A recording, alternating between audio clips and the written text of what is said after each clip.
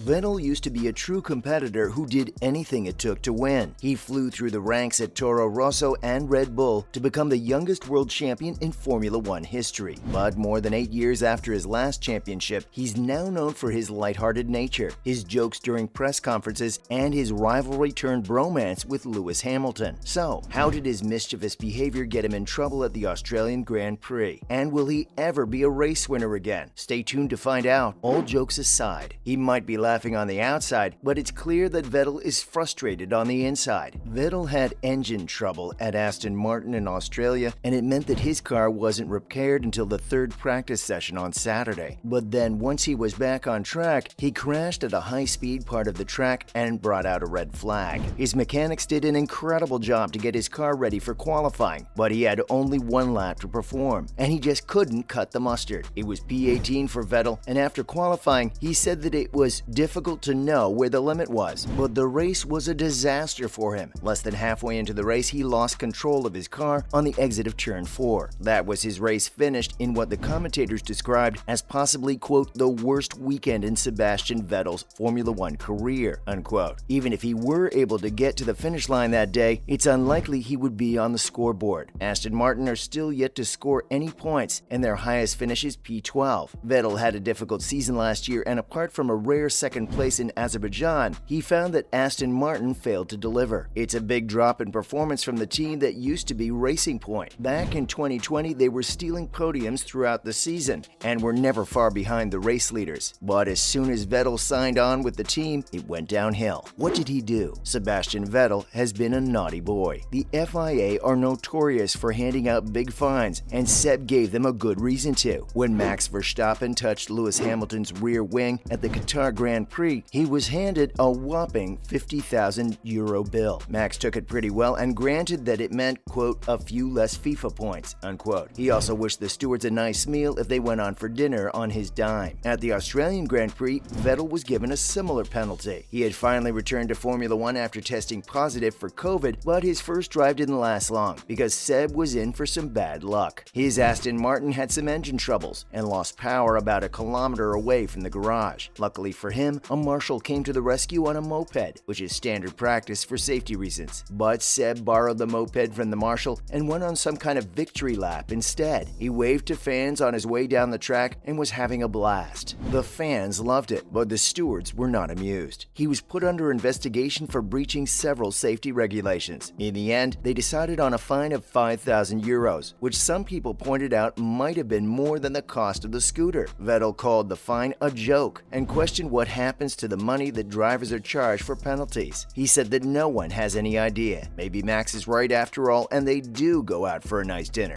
Who said that Vettel will, quote, never win again, unquote? And which team principal suggested that Vettel may have crashed deliberately? Stay tuned to find out. Last chance. His time at Aston Martin is a repeat of his time at Ferrari, but without the performance. At the Scuderia, Seb had finally achieved his childhood dream of driving for the same team that Michael Schumacher did. Ferrari were just finding their feet again after a disappointing few years. Mattia Binotto had just been promoted to team principal, and things were looking up again. They snatched up Vettel when he was looking to leave Red Bull with a big price tag of $200 million. 2017 and 2018 were his best opportunities to win championships with Ferrari. They had built him a genuine contender, and after the first few races, he was edging ahead of Lewis Hamilton. It was neck and neck between the two and was shaping up to be a season-long title fight when Vettel crashed out of the German Grand Prix. It was unprovoked, there was nobody around him, and he was comfortably leading the race. Hamilton had been fighting his way back through the field, and Vettel's mistake allowed him to come back and win the race. From then on, Vettel only managed one race win in the remaining 10 races. After that, Charles Leclerc came into the team and proved why he was Ferrari's young prospect. It didn't matter anyway.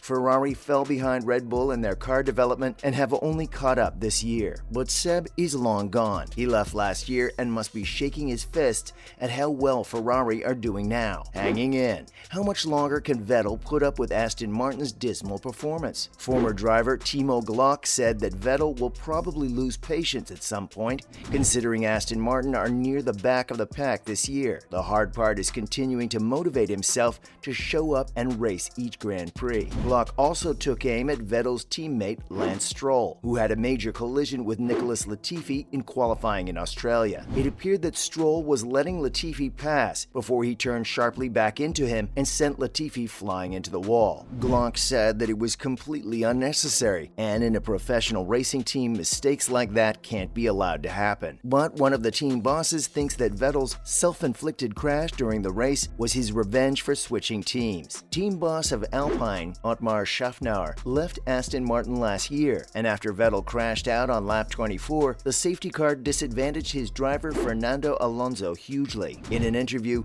he said that Vettel, quote, probably did it because I am here, unquote. Vettel might be wishing that he'd gone with Otmar to Alpine. Their young gun, Esteban Ocon, had already managed 6th and 7th in the first races. It's easy to feel bad for Seb, but you should remember that he's still a 4-time world champion and has had more than his share of victories. He might be feeling down at the moment, but at least he can feel down in his trophy room. Retirement calling? Hanging in there is one thing, but constantly losing can't be easy either. That's why some people think that Vettel's best time to retire is now. The founder of the Minardi racing team, which was sold to Red Bull and rebranded Toro Rosso, has said that it might finally be time for Vettel to call it a day. He said that the 4-time world champion has a lot of money, a lot of titles, but he would never win again. That's a bit harsh, but he's probably right. Unless Vettel can jump ship to a better performing team, the twilight years of his career are now, and after his repeated failures at Ferrari and Aston Martin, it's difficult to see any other team hiring him. At the moment, waiting for his exit is Aston Martin's reserve driver Nico Hülkenberg. He was the man who stepped in for Vettel in the first 2 rounds of the season and has had a rocky relationship with Formula One. He started with Force India, but has the unenviable record of having the most F1 races without a podium. He was a talented young driver who won Formula 3 and the GP2 series, but that never translated into F1 success. He had more success outside of F1 when he competed in the 24 Hours of Le Mans endurance race with Porsche. It's considered one of the most challenging endurance races in the world, and any driver is happy to have it on their CV. So, Hülkenberg is ready to go if Vettel decides to bow out. Knowing his personality, he could become a pundit. Actually, a comedian might be a better fit. What do you think about Seb's €5,000 joyride? Will we ever see him winning races again? Let us know in the comments below. Thanks for watching, and we'll see you next time.